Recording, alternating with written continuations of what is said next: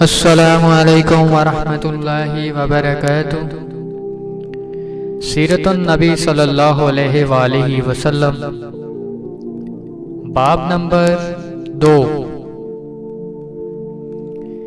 اس میں 100 اونٹوں کی قربانی کا ذکر ہے۔ حضرت عبد المطلب کو یہ حکم اس وقت دیا گیا جب وہ اپنی منت بھول چکے تھے۔ پہلے خواب میں ان سے کہا گیا منت پوری کرو۔ انہوں نے ایک مینڈھا ذبح کر کے غریبوں کو کھلا دیا۔ پھر خواب آیا اس سے بڑی پیش کرو۔ اس مرتبہ انہوں نے ایک بیل ذبح کر دیا۔ خواب میں پھر یہی کہا گیا اس سے بھی بڑی پیش کرو۔ اب انہوں نے اونٹ ذبح کر دیا۔ پھر خواب آیا اس سے بھی بڑی چیز پیش کرو۔ انہوں نے پوچھا اس سے بھی بڑی چیز کیا ہے؟ تب کہا گیا اپنے بیٹوں میں سے کسی کو ذبح کرو جیسا کہ تم نے منت مانی تھی۔ اب انہیں اپنی منت یاد آئی۔ اپنے بیٹوں کو جمع کیا، ان سے منت کا ذکر کیا۔ سب کے سر جھک گئے۔ کون خود کو ذبح کرواتا؟ آخر عبداللہ بولے ابا جان آپ مجھے ذبح کر دیں۔ یہ سب سے چھوٹے تھے، سب سے خوبصورت تھے، سب سے زیادہ محبت بھی عبد المطلب کو ان سے تھی، لہٰذا انہوں نے قرآن اندازی کرنے کا ارادہ کیا۔ تمام بیٹوں کے نام لکھ کر قرہ ڈالا گیا۔ عبداللہ کا نام نکلا۔ اب انہوں نے چھری لی، عبداللہ کو بازو سے پکڑا اور انہیں ذبح کرنے کے لیے نیچے لٹا دیا۔ جو ہی باپ نے بیٹے کو لٹایا، عباس سے ضبط نہ ہو سکا۔ فوراً آگے بڑھے اور بھائی کو کھینچ لیا۔ اس وقت یہ خود بھی چھوٹے سے تھے۔ ادھر باپ نے عبداللہ کو کھینچا۔ اس کھینچا تانی میں عبداللہ کے چہرے پر خراشیں بھی آئیں۔ ان خراشوں کے نشانات مرتے دم تک باقی رہے۔ اسی دوران بنو مخزوم کے لوگ آ گئے۔ انہوں نے کہا آپ اس طرح بیٹے کو ذبح نہ کریں، اس کی ماں کی زندگی خراب ہو جائے گی۔ اپنے رب کو راضی کرنے کے لیے بیٹے کا فدیہ دے دیں۔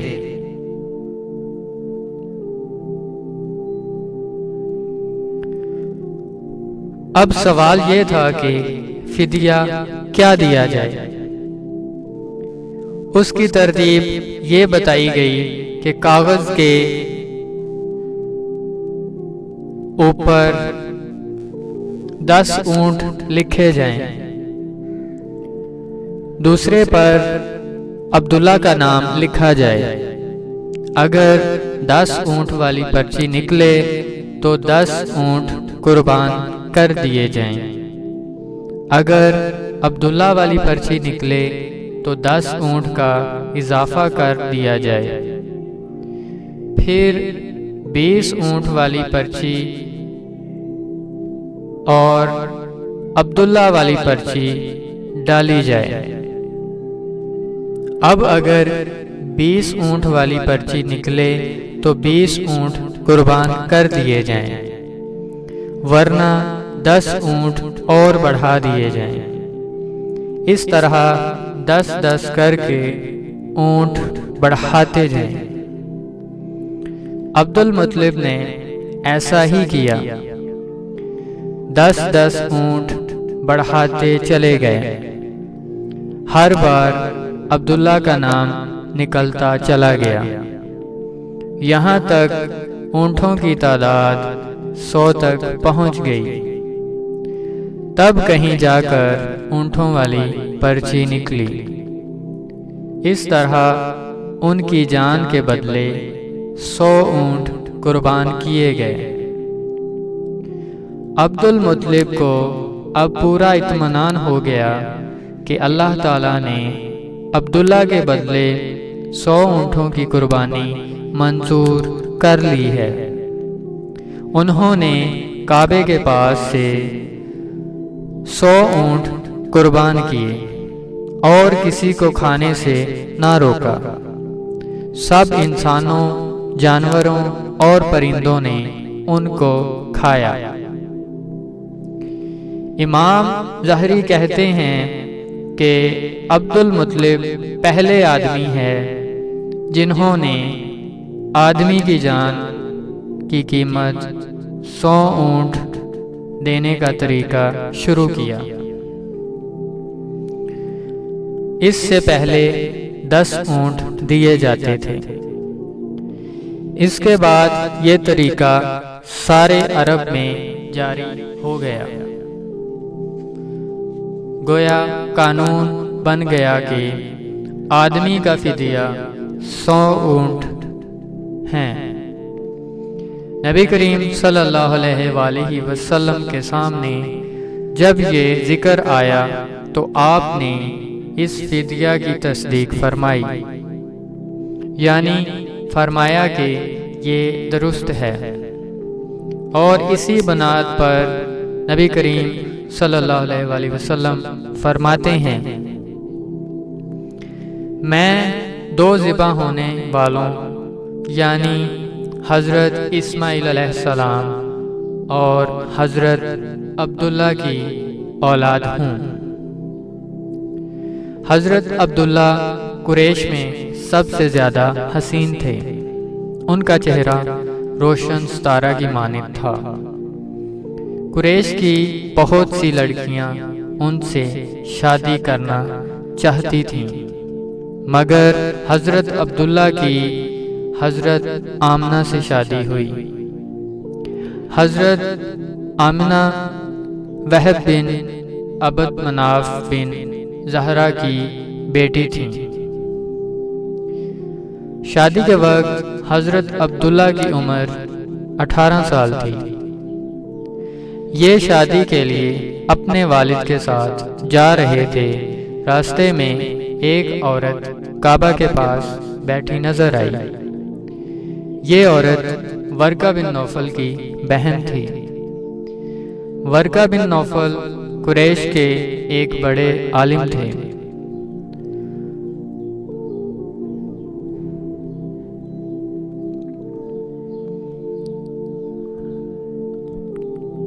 ورقہ بن نوفل سے ان کی بہن نے سن رکھا تھا کہ وقت کے آخری نبی کا ظہور ہونے والا ہے، اور ان کی نشانیوں میں سے ایک نشانی یہ ہوگی کہ ان کے والد کے چہرے پہ نبوت کا نور چمکتا ہوگا۔